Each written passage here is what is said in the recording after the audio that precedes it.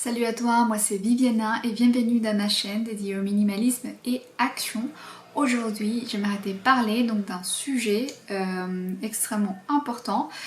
Donc c'est les rapports entre minimalisme et émotion, et notamment entre émotions négatives et émotions positives. Dans ma chaîne, en fait, je te livre pas mal d'astuces pour arrêter avec tout ce qui te fait du mal, avec tout ce qui est lourd en fait dans ta vie et ce qui est plutôt négatif, pour te focaliser sur les positifs. Donc j'ai intitulé cette vidéo Minimalisme en émotion négative et Maximalisme en émotion positive, un projet positif, vraiment de choses qui nous apportent de la valeur et qui nous donnent les sourires donc, chaque matin.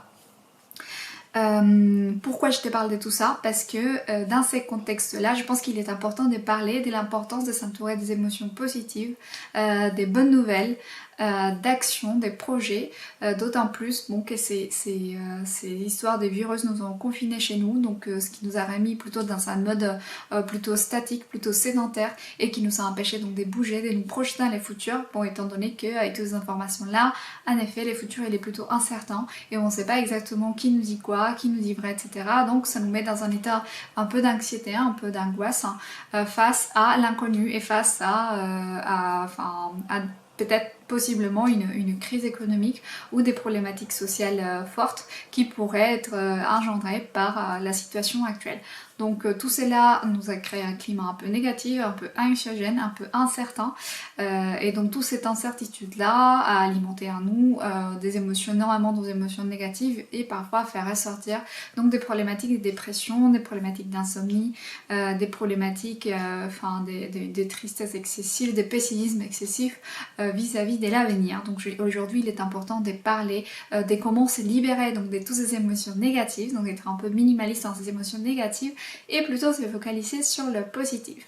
Avant de te livrer tous ces conseils là, j'aimerais t'inviter à liker cette vidéo pour que tu puisses avoir plus d'actualité, plus d'infos sur ton fil dédié au minimalisme et aux informations relatives au développement personnel, des choses qui te poussent vraiment vers le haut et qui te font grandir. J'aimerais également t'inviter à t'abonner à ma chaîne si ce n'est pas déjà fait, comme ça tu auras un peu en exclusif et en première tous les conseils et les astuces que je livre dans cette chaîne pour pouvoir avancer dans notre vie. Je t'invite également à regarder ce que j'ai préparé en description de cette vidéo pour que tu puisses te mettre sur la voie du minimalisme, donc ton guide minimaliste qui te donne un peu déjà les grandes guidelines pour que tu puisses te lancer dans ce style de vie tellement libérateur et tellement disons dans un mood d'action et d'énergie positive. Et je propose également, et donc je pense que c'est la première fois que je le dis dans mes vidéos, mais c'est une première pour moi, c'est ma petite entreprise que je suis en train de lancer, un coaching et accompagnement aux gens qui souhaitent se mettre sur la voie du minimalisme. Et attention, c'est pas uniquement un rapport avec les choses, les objets, un appartement minimaliste, pur et fonctionnel, optimisé, mais c'est également par rapport à ses émotions, à faire un travail sur soi-même, sur comment atteindre les objectifs qui nous tiennent à cœur et comment dans la route de l'atteinte de ces objectifs se libérer des choses qui ne nous servent plus, qui nous desservent plutôt qu'autre chose, et pouvoir donc avancer et se focaliser d'une façon positive et optimiste sur l'avenir, parce qu'il faut savoir que l'avenir c'est nous qui le construisons avec nos décisions. Toutes les décisions que nous prenons préfigurent plus ou moins un futur dans lequel nous pourrons habiter dans l'avenir. Donc c'est juste le décider, prendre la décision de construire un futur qui te convient, qui te rassemble et qui représentera donc la meilleure version de toi-même. Donc voilà pour la petite présentation de ma chaîne. Et donc revenons du coup au sujet plutôt qui nous intéresse aujourd'hui. Donc minimalisme en émotion négative, maximalisme en émotion positive. Donc il faut savoir que le négatif et le positif se complémentent. Sans négatif, nous n'arrivons pas à avoir le positif. Donc il est normal, il est même sain qu'on ait négatif dans notre vie. La problématique c'est quand ça commence à devenir systématique. Donc par exemple quelqu'un qui a un regard un peu critique sur les choses, c'est extrêmement bien parce que ça fait avancer les choses. La problématique c'est quand ça commence à devenir systématique et cette personne commence plutôt à descendre les choses qu'à proposer des alternatives pour les faire s'améliorer, les faire grandir, ce qu'on appelle une critique constructive. Donc ce sont disons les yin et les yang si l'on veut. sont deux parts de notre vie, sont deux aspects essentiels de notre vie que nous devons faire coexister d'une façon plutôt équilibrée. Ceci dit, la balance plutôt penchant vers les côtés positifs pour qu'on puisse se développer et qu'on puisse vraiment avancer dans notre vie. Donc j'ai un peu analysé cela tout au long de tout ce que j'ai pu explorer dans le minimalisme et en ce moment avec mes expériences de coaching avec les personnes que j'y suis. Et j'ai donc quelques conseils pratiques à te livrer pour commencer à te délivrer donc de ces émotions négatives. Les premiers conseils, c'est s'entourer des choses qui te procurent du plaisir et du bonheur. Donc ça peut être du plaisir esthétique, comme par exemple de beaux objets, ça peut être du plaisir en fait, du fait d'avoir un appartement organisé, optimisé, parce que ça te libère du temps pour te focaliser sur toi. Donc c'est entoure-toi des choses qui vraiment te procurent du sourire, qui te donnent vraiment des beaux souvenirs et qui représentent donc le meilleur de toi-même. Donc il est important de travailler sur cet aspect-là. Donc pour ceux qui connaissent par exemple la méthode Kondo c'est un excellent exercice pour épurer en fait son endroit de vie et se focaliser uniquement sur ce qui nous procure du bonheur, ce qui nous rend vraiment heureux et ce qui nous met vraiment en valeur. Donc un exemple très clair, très parlant, c'est les vêtements. Donc vraiment les vêtements, il faut mettre vraiment de côté, vraiment limite à l'écart, donner tout ce qui ne nous sert pas, tout ce qui ne nous rend pas service en fait et qui ne nous met pas en valeur. Donc tous ces vêtements qu'on achète parfois par défaut en disant que ça fera l'affaire ou en disant que bon comme c'est l'hiver j'achète ça parce que ça me tient chaud, mais j'ai même pas vraiment pris le temps d'établir une sorte de, ça peut avoir l'air perché, mais d'établir une sorte de connexion émotionnelle avec cet objet-là en me disant oui en effet ça me rend heureux, c'est une couleur que j'aime, c'est une couleur qui me met en valeur, c'est une forme qui me met en valeur. Donc tous ces genres de choses, tous ces genres de paramètres, c'est bien de les prendre en compte quand nous choisissons les objets et l'environnement dans lesquels nous souhaitons habiter et que nous souhaitons donc construire autour de nous, parce qu'il faut savoir qu'un environnement inspirant nous permet aussi de développer notre créativité, notre positivité et de vivre au mieux les quotidiens. Ça c'est mon premier conseil, s'entourer vraiment d'un environnement positif. Deuxième conseil, c'est étendre les infos. Je pense que vous avez sûrement entendu parler énormément des gens qui vous disent mais arrête de regarder les infos, de toute façon c'est que du négatif. En effet, c'est au moins 70% des infos que l'on a sont du négatif. Il faut savoir que la communication sur les infos négatives, et disons c'est une stratégie de communication parce que les gens se focalisent sur le négatif plus rapidement que sur le positif. C'est comme si on mettait un être vivant, un être humain sur les faits de la mort, en fait, d'un potentiel risque de mort. Bien évidemment, l'être humain ou l'être vivant, il va être complètement alerte, il va prêter attention, il va avoir peur, donc il va intégrer plus facilement ces informations là. Donc mon invitation aujourd'hui, c'est à se libérer de tout ça. Parfois on nous donne plein d'informations qui viennent de l'autre bout du monde avec des informations qui sont très tristes et on reste quand même solidaire avec ces personnes là, mais est-ce que dans l'immédiat on peut faire quelque chose? Non, on peut rien faire. Donc du coup, au lieu de prendre cette information pour nous, de l'intégrer dans notre inconscient comme étant une charge mentale négative, une charge de tristesse, une charge un peu dépressive face à ce qui se passe dans le monde, au lieu de faire cela, évitons cela. Et donc pour cela, moi ma proposition pour toi et mon conseil pour toi, c'est donne-toi par exemple un objectif. Dis-toi, je vais regarder les infos une fois par semaine, ou je vais regarder un récap les vendredis de ce qui s'est passé, point, basta. Ça suffit en fait. On n'a pas besoin d'être dans un état d'alerte constant sur tout ce qui se passe de négatif un peu partout. Et encore moins de prendre ces sujets-là pour que ça devienne un peu nos sujets de conversation au quotidien avec nos amis. C'est quand même dommage de s'entourer des amis pour parler des infos négatives. Ce qui est plutôt intéressant, c'est de construire ces relations de façon positive en racontant par exemple quelque chose de super cool que tu as appris aujourd'hui et qui pourrait rendre service aux gens que tu aimes. Donc réduis les informations négatives et plutôt focalise-toi sur les positifs. Et pour cela, c'est très simple. Aujourd'hui, les algorithmes ils nous aident énormément. Donc par exemple sur YouTube, plus tu likes des infos positives, plus tu auras vraiment des propositions sur des sujets positifs qui t'apportent dans la vie.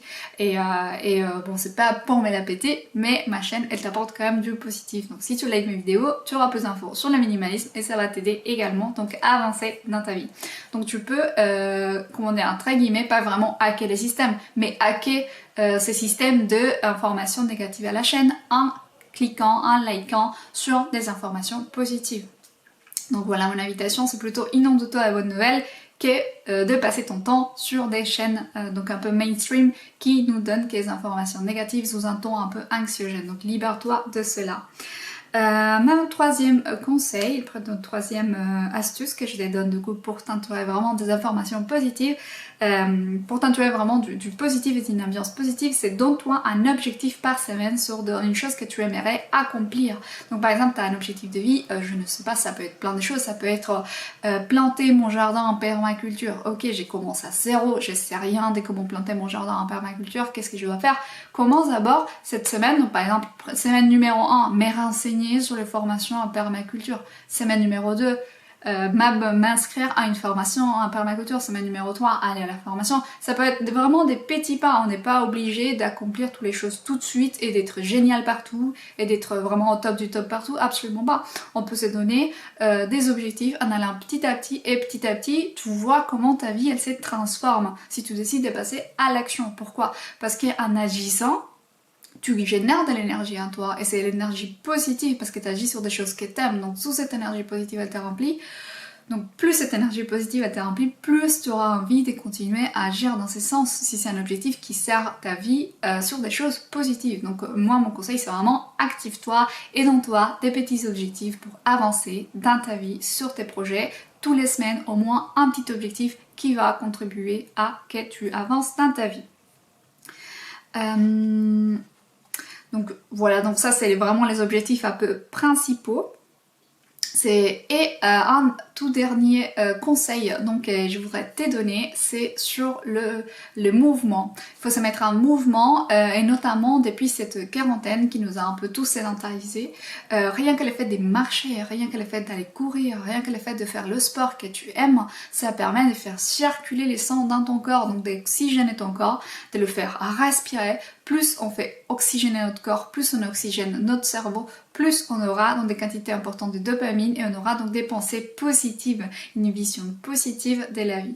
Donc mon conseil c'est vraiment celui-là, mets-toi en mouvement. Si t'es pas un grand sportif, une grande sportive, que t'aimes pas faire, je sais pas, du crossfit 3 fois par semaine, parce qu'il y a des gens comme ça, il y a quand même des fous, mais si t'aimes bien quand même bouger et faire du sport, fais-le à ton niveau, fais-le à ton rythme, fais ce que t'aimes faire comme sport. Ça peut être la pétanque, c'est tout à fait respectable, c'est aussi un sport, ça peut être aller marcher, ça peut être, je sais pas, jouer à plein de choses, à la soucoupe volante si tu veux, avec des amis, ou avec ton chien, enfin il y a plein de choses que tu peux faire pour faire donc retravailler en fait donc les corps, refaire circuler les sangs, notamment oxygéner ton cerveau et donc par là même pouvoir respirer. Donc la respiration est quelque chose d'extrêmement important et qui libère également de la dopamine et qui nous rend très positif, dans un mood positif. Donc mets-toi un mouvement, donc ça c'est un super conseil aussi que je te donne. Donc voilà pour l'ensemble des astuces en fait pour te remettre plutôt du côté positif de la force si l'on veut, pour que tu puisses avancer dans ta vie et avancer également dans tes projets. Donc avant de finir cette vidéo, donc j'aimerais te dire que maintenant que tu connais cela, tu peux le mettre en action, tu peux te mettre en mouvement. J'aimerais que tu me dises en commentaire comment ça se passe et avec grand plaisir que je prendrai connaissance de tout cela. J'aimerais également donc t'inviter à liker ces vidéos si tu aimes tout ce qui est contenu minimaliste. J'aimerais également t'inviter à t'abonner à ma chaîne si c'est pas déjà fait et aussi à regarder tout ce que j'ai préparé pour toi en description de la vidéo, notamment ton guide minimaliste qui est complètement gratuit pour que tu puisses te mettre sur la voie du minimalisme et pour tous ceux qui souhaitent se faire accompagner, qui se disent aujourd'hui ok mais j'ai pas la motivation, mais il y a des blocages peut-être dont je dois m'en défaire, mais comment je mets en place un plan d'action, mais comment j'avance dans ma vie. J'ai une offre des coachings pour toi, donc j'ai commencé à faire du coaching, je suis déjà quelques personnes, il s'avère que c'est extrêmement intéressant donc cet échange, cette discussion et ça permet d'identifier facilement les blocages parfois quand on échange et quand on discute avec quelqu'un, avec un coach pour donc pouvoir se défaire de ces blocages là et d'avancer. Donc j'ai une offre des coachings pour toi également que tu pourras consulter en description de cette vidéo. Donc je peux t'accompagner sur le minimalisme tant dans ton environnement de vie comme également un travail sur tes émotions pour débloquer et enlever tout ce qui va pas, tout ce qui te sert pas et plutôt te focaliser sur tes objectifs et sur avancer dans ta vie, aller vraiment dans le sens donc du positif, de l'avancement et du bonheur pour toi. Je te remercie d'avoir regardé jusque là et je te dis à la prochaine.